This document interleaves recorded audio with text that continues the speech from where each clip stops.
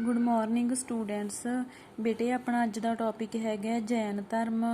ਅੱਜ ਆਪਾਂ ਰੀਡ ਕਰਾਂਗੇ ਜੈਨ ਧਰਮ ਬਾਰੇ। ਠੀਕ ਹੈ ਜੀ। ਸਭ ਤੋਂ ਪਹਿਲਾਂ ਹੈਗਾ ਇੰਟਰੋਡਕਸ਼ਨ ਜੈਨ ਧਰਮ ਦੀ। ਜੈਨ ਧਰਮ ਦੀ ਜਿਹੜੀ ਗਿਣਤੀ ਹੈ ਉਹ ਇੰਡੀਆ ਦੇ ਸਭ ਤੋਂ ਪ੍ਰਾਚੀਨ ਧਰਮਾਂ ਦੇ ਵਿੱਚ ਕੀਤੀ ਜਾਂਦੀ ਹੈ। ਇਸ ਦਾ ਜਿਹੜਾ ਪਹਿਲਾ ਤੀਰਥੰਕਰ ਸੀ, ਤੀਰਥੰਕਰ ਭਾਵ ਗੁਰੂ, ਜਿਵੇਂ ਆਪਾਂ ਗੁਰੂ ਕਹਿ ਦਿੰਦੇ ਹਾਂ, ਇਸ ਧਰਮ ਦੇ ਵਿੱਚ ਤੀਰਥੰਕਰ ਕਿਹਾ ਜਾਂਦਾ ਹੈ। ਇਸ ਦੇ ਕੁੱਲ ਨੇ ਜਿਹੜੇ 24 ਤੀਰਥੰਕਰ ਹੋਏ ਨੇ, ਭਾਵ ਕਿ 24 ਗੁਰੂ ਹੋਏ ਨੇ। ਪਹਿਲੇ ਦਾ ਨਾਂ ਸੀਗਾ ਰਿਸ਼ਭਨਾਥ ਤੇ 23ਵੇਂ ਦਾ ਨਾਂ ਸੀਗਾ ਪਾਰਸ਼ਨਾਥ। ਠੀਕ ਹੈ ਜੀ। ਇਹ ਹੋ ਗਏ 23। ਜਿਹੜੇ 24ਵੇਂ ਸੀਗੇ ਸਵਾਮੀ ਮਹਾਵੀਰ ਜੀ। ਠੀਕ ਹੈ। ਕੁੱਲ ਇਹਨਾਂ ਦੇ 24 ਜਿਹੜੇ ਤੀਰਥੰਕਰ ਹੋਏ ਨੇਗੇ। ਜਿਹੜੇ ਸਵਾਮੀ ਮਹਾਵੀਰ ਜੀ ਸੀਗੇ, ਉਹਨਾਂ ਦੇ ਸਮੇਂ ਜੈਨ ਧਰਮ ਦਾ ਜਿਹੜਾ ਬਹੁਤ ਜ਼ਿਆਦਾ ਵਿਕਾਸ ਹੋਇਆ ਸੀ, ਜਿਸ ਕਾਰਨ ਸਵਾਮੀ ਮਹਾਵੀਰ ਜੀ ਨੂੰ ਹੀ ਅਸਲੀ ਆ ਜਿਹੜਾ ਜੈਨ ਧਰਮ ਦਾ ਸੰਸਥਾਪਕ ਮੰਨਿਆ ਜਾਂਦਾ ਹੈ। ਭਾਵੇਂ ਇਹਨਾਂ ਤੋਂ ਪਹਿਲਾਂ 23 ਤੀਰਥੰਕਰ ਹੋਰ ਹੋਏ ਸੀ, ਇਹ ਤਾਂ 24ਵੇਂ ਸੀਗੇ, ਭਾਵ ਕਿ ਇਹ ਤਾਂ ਲਾਸਟਲੇ ਸੀਗੇ, ਪਰ ਫਿਰ ਵੀ ਇਹਨਾਂ ਨੂੰ ਜੈਨ ਧਰਮ ਦਾ ਅਸਲ ਸੰਸਥਾਪਕ ਮੰਨਿਆ ਜਾਂਦਾ ਹੈ, ਕਿਉਂਕਿ ਇਹਨਾਂ ਦੇ ਸਮੇਂ ਜੈਨ ਧਰਮ ਦਾ ਬਹੁਤ ਜ਼ਿਆਦਾ ਵਿਕਾਸ ਹੋਇਆ ਸੀ। ਜਿਹੜਾ ਉਸ ਤੋਂ ਇਲਾਵਾ ਹੈਗਾ ਜਿਹੜਾ ਜੈਨ ਧਰਮ ਹੈ, ਉਹਨਾਂ ਨੇ ਲੋਕਾਂ ਨੂੰ ਤ੍ਰਿਰਤਨ, ਅਹਿੰਸਾ ਅਤੇ ਸ਼ੁੱਧ ਆਚਰਣ ਅਤੇ ਆਪਸੀ ਭਾਈਚਾਰੇ ਦਾ ਪਾਠ ਪੜ੍ਹਾਇਆ। ਇਸ ਨੇ ਸਮਾਜ ਵਿੱਚ ਚੱਲ ਰਹੀਆਂ ਅੰਧ ਵਿਸ਼ਵਾਸਾਂ ਦਾ ਜ਼ੋਰਦਾਰ ਸ਼ਬਦਾਂ ਵਿੱਚ ਖੰਡਨ ਕੀਤਾ। ਜੈਨ ਧਰਮ ਨੇ ਭਾਰਤੀ ਸੰਸਕ੍ਰਿਤੀ ਨੂੰ ਜੋ ਅਨਮੋਲ ਦੇਣ ਦਿੱਤੀ, ਉਸ 'ਤੇ ਸਾਨੂੰ ਅੱਜ ਵੀ ਮਾਣ ਹੈਗਾ। ਸੋ ਅੱਗੇ ਆਪਾਂ ਗੱਲ ਕਰਦੇ ਹਾਂ ਸਵਾਮੀ ਮਹਾਵੀਰ ਜੀ ਦੇ ਜੀਵਨ ਬਾਰੇ। ਜਿਹੜੇ ਸਵਾਮੀ ਮਹਾਵੀਰ ਜੀ ਸੀਗੇ, ਉਹ ਜੈਨ ਧਰਮ ਦੇ 24ਵੇਂ ਤੀਰਥੰਕਰ ਸੀ, ਬਟ ਉਹਨਾਂ ਨੇ ਜੈਨ ਧਰਮ ਦਾ ਬਹੁਤ ਵਿਕਾਸ ਕੀਤਾ ਸੀ, ਜਿਸ ਕਰਕੇ ਉਹਨਾਂ ਨੂੰ ਹੀ ਜੈਨ ਧਰਮ ਦਾ ਅਸਲ ਸੰਸਥਾਪਕ ਕਿਹਾ ਜਾਂਦਾ ਹੈ। ਸਭ ਤੋਂ ਪਹਿਲਾਂ ਆਪਾਂ ਗੱਲ ਕਰਦੇ ਹਾਂ ਉਹਨਾਂ ਦੇ ਜਨਮ ਅਤੇ ਬਚਪਨ ਬਾਰੇ। ਸਵਾਮੀ ਮਹਾਵੀਰ ਜੀ ਦਾ ਜਿਹੜਾ ਜਨਮ ਹੈ ਉਹ 1599 ਈਸਵੀ ਪੂਰਬ ਵਿੱਚ ਵੈਸ਼ਾਲੀ ਬਿਹਾਰ ਦੇ ਨੇੜੇ ਕੁੰਡਗ੍ਰਾਮ ਵਿਖੇ ਹੋਇਆ ਸੀ, ਬਟ ਕੁਝ ਇਤਿਹਾਸਕਾਰ ਨੇ ਜਿਹੜੇ ਉਹਨਾਂ ਦੀ ਜਨਮ ਮਿਤੀ 1540 ਈਸਵੀ ਪੂਰਬ ਦੱਸਦੇ ਨੇ। ਸਵਾਮੀ ਮਹਾਵੀਰ ਜੀ ਦਾ ਜਿਹੜਾ ਬਚਪਨ ਦਾ ਨਾਂ ਸੀ ਉਹ ਵਰਧਮਾਨ ਸੀ। ਉਹਨਾਂ ਦੇ ਪਿਤਾ ਦਾ ਨਾਂ ਸਿਧਾਰਥ ਸੀ, ਜੋ ਕਿ ਇੱਕ ਕਸ਼ੱਤਰੀ ਕਬੀਲੇ ਦੇ ਮੁਖੀ ਸੀਗੇ। ਮਹਾਵੀਰ ਜੀ ਦੀ ਮਾਤਾ ਦਾ ਨਾਂ ਸੀ ਜਿਹੜਾ ਉਹ ਸੀਗਾ ਤ੍ਰਿਸ਼ਲਾ। ਉਹ ਜਿਹੜੀ ਲਾਸ਼ਮੀ ਵੰਸ਼ ਦੇ ਸ਼ਾਸਕ ਚੇਟਕ ਦੀ ਭੈਣ ਸੀਗੀ। ਮਹਾਵੀਰ ਜੀ ਨੂੰ ਸਿੱਖਿਆ ਦੇਣ ਲਈ ਵਿਸ਼ੇਸ਼ ਪ੍ਰਬੰਧ ਕੀਤੇ ਗਏ ਸਨ। ਮਹਾਵੀਰ ਜੀ ਦਾ ਬਚਪਨ ਤੋਂ ਹੀ ਜਿਹੜਾ ਸੰਸਾਰਿਕ ਵਸਤੂਆਂ ਨਾਲ ਕੋਈ ਲਗਾਓ ਨਹੀਂ ਸੀ, ਉਹ ਆਪਣੇ ਹੀ ਵਿਚਾਰਾਂ ਵਿੱਚ ਡੁੱਬੇ ਰਹਿੰਦੇ ਸੀਗੇ। ਅੱਗੇ ਹੈਗਾ ਉਹਨਾਂ ਦਾ ਵਿਆਹ। ਸੰਸਾਰਿਕ ਕੰਮਾਂ ਵਿੱਚ ਮਹਾਵੀਰ ਜੀ ਦਾ ਧਿਆਨ ਲਗਾਉਣ ਲਈ ਉਹਨਾਂ ਦੇ ਪਿਤਾ ਜੀ ਨੇ ਉਹਨਾਂ ਦਾ ਜਿਹੜਾ ਵਿਆਹ ਸੀ ਇੱਕ ਸੁੰਦਰ ਰਾਜਕੁਮਾਰੀ ਜਸ਼ੋਦਾ ਦੇ ਨਾਲ ਕੀਤਾ ਸੀਗਾ। ਵਿਆਹ ਸਮੇਂ ਮਹਾਵੀਰ ਜੀ ਦੀ ਉਮਰ ਕਿੰਨੀ ਸੀ, ਇਸ ਬਾਰੇ ਕੋਈ ਇਤਿਹਾਸ ਦੇ ਵਿੱਚ ਕੁਝ ਵੀ ਨਹੀਂ ਲਿਖਿਆ ਹੋਇਆ। ਕੁਝ ਸਮੇਂ ਬਾਅਦ ਸੀ ਜਿਹੜਾ ਮਹਾਵੀਰ ਜੀ ਦੇ ਘਰ ਇੱਕ ਬੇਟੀ ਨੇ ਜਨਮ ਲਿਆ, ਜਿਸ ਦਾ ਨਾਂ ਪ੍ਰਿਆ ਦਰਸ਼ਨਾ ਰੱਖਿਆ ਗਿਆ ਜਾਂ ਅਨੋਜਾ। ਨੈਕਸਟ ਹੈਗਾ ਮਹਾਨ ਤਿਆਗ ਅਤੇ ਗਿਆਨ ਪ੍ਰਾਪਤੀ। ਗ੍ਰਹਿਸਥੀ ਜੀਵਨ ਵੀ ਜਿਹੜਾ ਮਹਾਵੀਰ ਜੀ ਦੀਆਂ ਧਾਰਮਿਕ ਰੁਚੀਆਂ ਦੇ ਰਾਹ ਵਿੱਚ ਰੋੜਾ ਨਾ ਬਣ ਸਕਿਆ। ਆਪਣੇ ਮਾਤਾ ਪਿਤਾ ਦੀ ਮੌਤ ਹੋ ਜਾਣ ਤੋਂ ਬਾਅਦ ਮਹਾਵੀਰ ਜੀ ਆਪਣੇ ਵੱਡੇ ਭਰਾ ਤੋਂ ਇਜਾਜ਼ਤ ਲੈ ਕੇ ਜਿਹੜਾ ਘਰ-ਬਾਰ ਤਿਆਗ ਕੇ ਜੰਗਲਾਂ ਵੱਲ ਗਿਆਨ ਦੀ ਖੋਜ ਲਈ ਚਲੇ ਗਏ। ਉਸ ਸਮੇਂ ਮਹਾਵੀਰ ਜੀ ਦੀ ਉਮਰ ਸਿਰਫ 30 ਸਾਲਾਂ ਦੀ ਸੀਗੀ।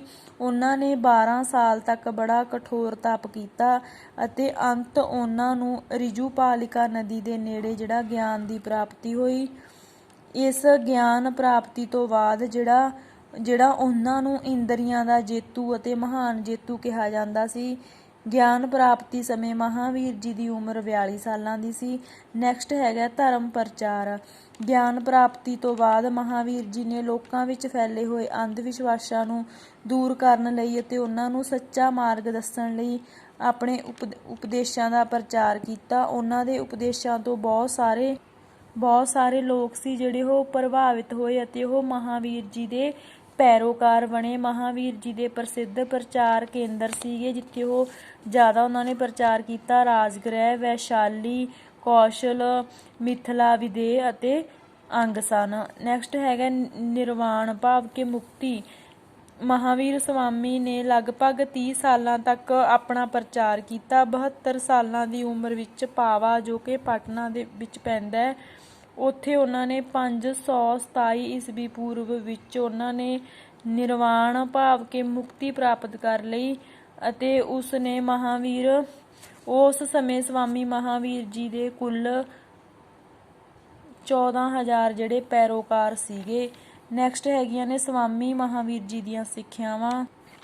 ਸਵਾਮੀ ਮਹਾਵੀਰ ਜੀ ਦੀਆਂ ਸਿੱਖਿਆਵਾਂ ਕਿਹੜੀਆਂ ਨੇ? ਸਵਾਮੀ ਮਹਾਵੀਰ ਜੀ ਜਾਂ ਜੈਨ, ਇਹਨਾਂ ਨੂੰ ਆਪਾਂ ਸਵਾਮੀ ਮਹਾਵੀਰ ਜੀ ਦੀਆਂ ਸਿੱਖਿਆਵਾਂ ਵੀ ਕਹਿ ਸਕਦੇ ਹਾਂ, ਇਹਨਾਂ ਨੂੰ ਆਪਾਂ ਜੈਨ ਧਰਮ ਦੀਆਂ ਸਿੱਖਿਆਵਾਂ ਵੀ ਕਹਿ ਸਕਦੇ ਹਾਂ। ਇਹ ਬਹੁਤ ਸਾਦੀਆਂ ਸੀ। ਇਹਨਾਂ ਨੇ ਲੋਕਾਂ ਨੂੰ ਸਾਦਾ ਅਤੇ ਪਵਿੱਤਰ ਜੀਵਨ ਬਤੀਤ ਕਰਨ ਦੀ ਜਿਹੜੀ ਪ੍ਰੇਰਨਾ ਦਿੱਤੀ। ਇਸ ਨੇ ਲੋਕਾਂ ਨੂੰ ਆਪਸੀ ਭਾਈਚਾਰੇ ਦਾ ਪਾਠ ਪੜ੍ਹਾਇਆ ਅਤੇ ਸਮਾਜ ਵਿੱਚ ਚੱਲ ਰਹੀਆਂ ਜਿਹੜੀਆਂ ਬੁਰਾਈਆਂ ਦਾ ਜ਼ੋਰਦਾਰ ਸ਼ਬਦਾਂ ਵਿੱਚ ਖੰਡਨ ਕੀਤਾ। ਜਿਹੜੀਆਂ ਇਹ ਸਵਾਮੀ ਮਹਾਵੀਰ ਜੀ ਦੀਆਂ ਸਿੱਖਿਆਵਾਂ ਨੇ, ਇਹ ਭਾਰਤੀ ਸਮਾਜ ਨੂੰ ਇੱਕ ਨਵੀਂ ਦਿਸ਼ਾ ਦੇਣ ਦਾ ਮਹਾਨ ਯੋਗਦਾਨ ਸੀਗੀਆਂ। ਪਹਿਲਾ ਹੈ ਜੋ ਵੀ ਇਹਨਾਂ ਸਿੱਖਿਆਵਾਂ ਦੇ ਉੱਤੇ ਆਸਰ ਕਰਦਾ ਸੀ, ਇਹਨਾਂ ਨੂੰ ਮੰਨਦਾ ਸੀ, ਉਹੀ ਜਿਹੜਾ ਜੈਨ ਧਰਮ ਨੂੰ ਅਪਣਾ ਸਕਦਾ ਸੀਗਾ। ਪਹਿਲਾ ਇਹਨਾਂ ਦਾ ਹੈਗਾ ਤ੍ਰਿਰਤਨ। ਇਹ ਬੇਟੇ ਸ਼ਾਰਟ ਦੇ ਵਿੱਚ ਵੀ ਆ ਜਾਂਦਾ ਹੁੰਦਾ ਕਿ ਤ੍ਰਿਰਤਨ ਤੋਂ ਕੀ ਭਾਵ ਹੈ। ਇਹਨਾਂ ਦੀ ਪਹਿਲੀ ਸਿੱਖਿਆ ਸੀਗੀ ਤ੍ਰਿਰਤਨ। ਸਵਾਮੀ ਮਹਾਵੀਰ ਜੀ ਨੇ ਮੁਕਤੀ ਪ੍ਰਾਪਤ ਕਰਨ ਲਈ ਆਪਣੇ ਪੈਰੋਕਾਰਾਂ ਨੂੰ 3 ਰਤਨਾਂ ਭਾਵ ਕਿ ਤ੍ਰਿਰਤਨਾਂ ਉੱਤੇ ਚੱਲਣ ਲਈ ਕਿਹਾ। ਇਹ 3 ਰਤਨ ਸੀਗੇ ਸੱਚੀ ਸ਼ਰਧਾ, ਸੱਚਾ ਗਿਆਨ ਅਤੇ ਸੱਚਾ ਆਚਰਣ। ਪਹਿਲੇ ਰਤਨ ਅਨੁਸਾਰ ਹਰੇਕ ਜੈਨ ਨੂੰ 24 ਤੀਰਥੰਕਰਾਂ ਵਿੱਚ ਪੱਕਾ ਵਿਸ਼ਵਾਸ ਹੋਣਾ ਚਾਹੀਦਾ ਹੈ, ਭਾਵ ਕਿ ਜੋ ਵੀ ਜੈਨ ਧਰਮ ਨਾਲ ਸੰਬੰਧ ਰੱਖਦਾ ਹੈ ਉਸ ਨੂੰ 24 ਦੇ 24 ਗੁਰੂਆਂ ਨਾਲ 24 ਦੇ 24 ਤੀਰਥੰਕਰਾਂ ਵਿੱਚ ਵਿਸ਼ਵਾਸ ਹੋਣਾ ਚਾਹੀਦਾ ਹੈ। ਦੂਜੇ ਰਤਨ ਦੇ ਅਕੋਰਡਿੰਗ ਉਹਨਾਂ ਨੂੰ ਤੀਰਥੰਕਰਾਂ ਰਾਹੀਂ ਦਿੱਤੇ ਗਏ ਉਪਦੇਸ਼ਾਂ ਤੋਂ ਸੱਚਾ ਗਿਆਨ ਹਾਸਲ ਕਰਨਾ ਚਾਹੀਦਾ ਹੈ ਅਤੇ ਉਹਨਾਂ ਨੂੰ ਫਜ਼ੂਲ ਦੇ ਰੀਤੀ ਰਿਵਾਜਾਂ ਵਿੱਚ ਵਿਸ਼ਵਾਸ ਨਹੀਂ ਰੱਖਣਾ ਚਾਹੀਦਾ। ਤੀਸਰੇ ਰਤਨ ਦੇ ਅਨੁਸਾਰ ਮਨੁੱਖ ਨੂੰ ਹਮੇਸ਼ਾ ਸੱਚ ਬੋਲਣਾ ਚਾਹੀਦਾ ਅਤੇ ਪਵਿੱਤਰ ਜੀਵਨ ਬਤੀਤ ਕਰਨਾ ਚਾਹੀਦਾ। ਇਹ ਸੀਗੇ ਉਹਨਾਂ ਦੇ ਤ੍ਰਿਰਤਨ। ਨੈਕਸਟ ਉਹਨਾਂ ਦਾ ਸੈਕਿੰਡ ਸਿੱਖਿਆ ਸੀਗੀ ਅਹਿੰਸਾ। ਜੈਨ ਧਰਮ ਵਿੱਚ ਅਹਿੰਸਾ ਦੀ ਨੀਤੀ ਨੂੰ ਬਹੁਤ ਜ਼ਿਆਦਾ ਮਹੱਤਵ ਦਿੱਤਾ ਗਿਆ ਸੀ। ਅਹਿੰਸਾ ਤੋਂ ਭਾਵ ਹੈ ਕਿਸੇ ਵੀ ਜਾਨਦਾਰ ਚੀਜ਼ ਨੂੰ ਕਸ਼ਟ ਨਾ ਦੇਣਾ।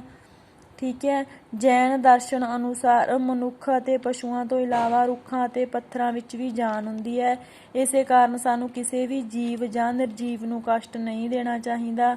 ਇਸੇ ਉਦੇਸ਼ ਨਾਲ ਜੈਨੀ ਨੰਗੇ ਪੈਰੀ ਚੱਲਦੇ ਸੀ, ਮੂੰਹ ਉੱਤੇ ਪੱਟੀ ਬੰਨ੍ਹਦੇ ਸਨ ਅਤੇ ਪਾਣੀ ਛਾਣ ਕੇ ਪੀਂਦੇ ਸਨ ਅਤੇ ਸੂਰਜ ਛਿਪਣ ਤੋਂ ਬਾਅਦ ਭੋਜਨ ਨਹੀਂ ਕਰਦੇ ਸਨ। ਨੈਕਸਟ ਹੈਗਾ ਕਠੋਰ ਤਪ। ਸਵਾਮੀ ਮਹਾਵੀਰ ਜੀ ਨੇ ਆਪ 12 ਵਰ੍ਹੇ ਕਠੋਰ ਤਪ ਕੀਤਾ ਸੀ। ਇਸੇ ਕਰਕੇ ਉਹਨਾਂ ਨੇ ਆਪਣੇ ਪੈਰੋਕਾਰਾਂ ਨੂੰ ਵੀ ਕਠੋਰ ਤਪ ਕਰਨ ਦਾ ਜਿਹੜਾ ਉਪਦੇਸ਼ ਦਿੱਤਾ ਸੀ। ਫੋਰਥ ਉਹਨਾਂ ਦੀ ਸਿੱਖਿਆ ਹੈਗੀ ਹੈ 5 ਅਨੁਵਰਤ। ਜੈਨ ਧਰਮ ਅਨੁਸਾਰ ਮਨੁੱਖ ਨੂੰ ਆਪਣੇ ਜੀਵਨ ਵਿੱਚ 5 ਅਨੁਵਰਤਾਂ ਦੀ ਜਿਹੜੀ ਪਾਲਣਾ ਕਰਨੀ ਚਾਹੀਦੀ ਹੈ। ਉਹਨਾਂ ਦੇ ਅਨੁਵਰਤ ਹੈਗੇ ਨੇ, ਪਹਿਲਾ ਅਨੁਵਰਤ ਹੈਗਾ ਮਨੁੱਖ ਨੂੰ ਹਮੇਸ਼ਾ ਸੱਚ ਬੋਲਣਾ ਚਾਹੀਦਾ ਹੈ। ਸੈਕਿੰਡ ਹੈਗਾ ਉਹਨਾਂ ਨੂੰ ਅਹਿੰਸਾ ਦੀ ਨੀਤੀ 'ਤੇ ਚੱਲਣਾ ਚਾਹੀਦਾ। ਥਰਡ ਹੈਗਾ ਉਸ ਨੂੰ ਕੋਈ ਵੀ ਅਜਿਹੀ ਵਸਤੂ ਆਪਣੇ ਕੋਲ ਨਹੀਂ ਰੱਖਣੀ ਚਾਹੀਦੀ ਜਿਹੜੀ ਉਸ ਨੂੰ ਦਾਨ ਵਿੱਚ ਪ੍ਰਾਪਤ ਨਾ ਹੋਈ ਹੋਵੇ। ਚੌਥਾ ਹੈਗਾ ਉਸ ਨੂੰ ਆਪਣੇ ਕੋਲ ਧਨ ਨਹੀਂ ਰੱਖਣਾ ਚਾਹੀਦਾ। ਪੰਜਵਾਂ ਹੈਗਾ ਉਸ ਨੂੰ ਬ੍ਰਹਮਚਾਰੀਆ ਦਾ ਪਾਲਣ ਕਰਨਾ ਚਾਹੀਦਾ ਹੈ। ਇਹਨਾਂ ਵਿੱਚੋਂ ਪਹਿਲੇ 4 ਜਿਹੜੇ ਸਿਧਾਂਤ ਸੀਗੇ, ਜਿਹੜੇ ਪਹਿਲੇ 4 ਅਨੁਵਰਤ ਸੀਗੇ ਉਹ ਤਾਂ ਪਾਰਸ਼ਨਾਥ ਨੇ ਵੀ ਚਲਾਏ ਸੀ, ਪਰ 5ਵਾਂ ਜਿਹੜਾ ਸਿਧਾਂਤ ਸੀ ਉਹ ਮਹਾਵੀਰ ਜੀ ਨੇ ਸ਼ਾਮਲ ਕੀਤਾ ਸੀ। ਉਹਨਾਂ ਦੀ 5ਵੀਂ ਸਿੱਖਿਆ ਹੈਗੀ ਆ ਸਮਾਨਤਾ ਵਿੱਚ ਵਿਸ਼ਵਾਸ। ਜੈਨ ਧਰਮ ਸਮਾਨਤਾ ਦੇ ਸਿਧਾਂਤ ਵਿੱਚ ਵਿਸ਼ਵਾਸ ਰੱਖਦਾ ਸੀ। ਇਸ ਅਨੁਸਾਰ ਸਾਰੇ ਮਨੁੱਖ ਬਰਾਬਰ ਨੇ, ਸਾਰੇ ਮਨੁੱਖ ਇੱਕ ਸਮਾਨ ਨੇ। ਇਸ ਲਈ ਮਨੁੱਖਾਂ ਨੂੰ ਅਮੀਰ ਗਰੀਬ ਊਚ ਨੀਚ ਦਾ ਭੇਦਭਾਵ ਨਹੀਂ ਕਰਨਾ ਚਾਹੀਦਾ। ਉਹਨਾਂ ਦੀ 6ਵੀਂ ਸਿੱਖਿਆ ਹੈਗੀ ਆ ਕਰਮ ਸਿਧਾਂਤ ਵਿੱਚ ਵਿਸ਼ਵਾਸ। ਸਵਾਮੀ ਮਹਾਵੀਰ ਜੀ ਕਰਮ ਸਿਧਾਂਤ ਵਿੱਚ ਪੂਰਾ ਵਿਸ਼ਵਾਸ ਰੱਖਦੇ ਸੀ। ਉਹਨਾਂ ਦਾ ਕਹਿਣਾ ਸੀ ਕਿ ਮਨੁੱਖ ਆਪਣੇ ਕਰਮਾਂ ਦਾ ਆਪ ਨਿਰਮਾਤਾ ਹੈ। ਮਨੁੱਖ ਜਿਹੋ ਜਿਹੇ ਕਰਮ ਕਰਦਾ ਹੈ ਉਸ ਨੂੰ ਉਹੋ ਜਿਹਾ ਹੀ ਫਲ ਮਿਲਦਾ ਹੈ। 7ਵੀਂ ਸਿੱਖਿਆ ਸੀਗੀ ਸ਼ੁੱਧ ਆਚਰਣ ਭਾਵ ਕਿ ਗੁੱਡ ਕਰੈਕਟਰ। ਸਵਾਮੀ ਮਹਾਵੀਰ ਜੀ ਨੇ ਸ਼ੁੱਧ ਆਚਰਣ ਨੂੰ ਵਿਸ਼ੇਸ਼ ਮਹੱਤਵ ਦਿੱਤਾ। ਉਹਨਾਂ ਨੇ ਕਿਹਾ ਕਿ ਸਾਨੂੰ ਚੋਰੀ, ਝੂਠ, ਚੁਗਲੀ, ਨਫ਼ਰਤ, ਲਾਲਚ ਆਦਿ ਬੁਰਾਈਆਂ ਤੋਂ ਦੂਰ ਰਹਿਣਾ ਚਾਹੀਦਾ ਹੈ ਅਤੇ ਸਾਨੂੰ ਸਦਾ ਸਾਦਾ ਅਤੇ ਪਵਿੱਤਰ ਜੀਵਨ ਬਤੀਤ ਕਰਨਾ ਚਾਹੀਦਾ ਹੈ। 8ਵੀਂ ਸਿੱਖਿਆ ਸੀ 24 ਤੀਰਥੰਕਰਾਂ ਦੀ ਪੂਜਾ। ਜੈਨ ਧਰਮ ਨੂੰ ਮੰਨਣ ਵਾਲੇ ਆਪਣੇ 24 ਤੀਰਥੰਕਰਾਂ ਨੂੰ ਦੇਵਤਾ ਮੰਨ ਕੇ ਉਹਨਾਂ ਦੀ ਪੂਜਾ ਕਰਦੇ ਹਨ। ਉਹਨਾਂ ਦਾ ਵਿਸ਼ਵਾਸ ਹੈ ਕਿ ਤੀਰਥੰਕਰਾਂ ਨੂੰ ਪੱਕਾ ਵਿਸ਼ਵਾਸ ਰੱਖਣ ਨਾਲ ਮਨੁੱਖ ਨੂੰ ਜਿਹੜੀ ਮੁਕਤੀ ਪ੍ਰਾਪਤ ਹੁੰਦੀ ਹੈ। 9ਵਾਂ ਹੈਗਾ ਜੱਗਾਂ ਬਲੀਆਂ ਆਦਿ ਵਿੱਚ ਅਵਿਸ਼ਵਾਸ। ਜੈਨ ਧਰਮ ਜੱਗਾਂ ਬਲੀਆਂ ਅਤੇ ਹੋਰ ਝੂਠੇ ਰੀਤੀ ਰਿਵਾਜਾਂ ਨੂੰ ਇੱਕ ਢੋਂਗ ਮਾਤਰ ਹੀ ਦੱਸਦਾ ਸੀ। ਉਹਨਾਂ ਅਨੁਸਾਰ ਕੋਈ ਵੀ ਮਨੁੱਖ ਧਰਮ ਦੇ ਬਾਹਰੀ ਦਿਖਾਵੇ ਨਾਲ ਨਿਰਵਾਣ ਪ੍ਰਾਪਤੀ ਨਹੀਂ ਕਰ ਸਕਦਾ। ਇਸ ਲਈ ਜੈਨ ਧਰਮ ਦੇ ਲੋਕਾਂ ਨੂੰ ਇਹਨਾਂ ਅੰਧਾ ਵਿਸ਼ਵਾਸਾਂ ਤੋਂ ਦੂਰ ਰਹਿਣ ਲਈ ਕਿਹਾ। ਅਗਲਾ ਹੈਗਾ ਵੇਦਾਂ ਅਤੇ ਸੰਸਕ੍ਰਿਤ ਭਾਸ਼ਾ ਵਿੱਚ ਅਵਿਸ਼ਵਾਸ। ਸਵਾਮੀ ਮਹਾਵੀਰ ਜੀ ਹਿੰਦੂਆਂ ਦੇ ਪਵਿੱਤਰ ਗ੍ਰੰਥ ਵੇਦਾਂ ਵਿੱਚ ਵੀ ਕੋਈ ਵਿਸ਼ਵਾਸ ਨਹੀਂ ਰੱਖਦੇ ਸਨ।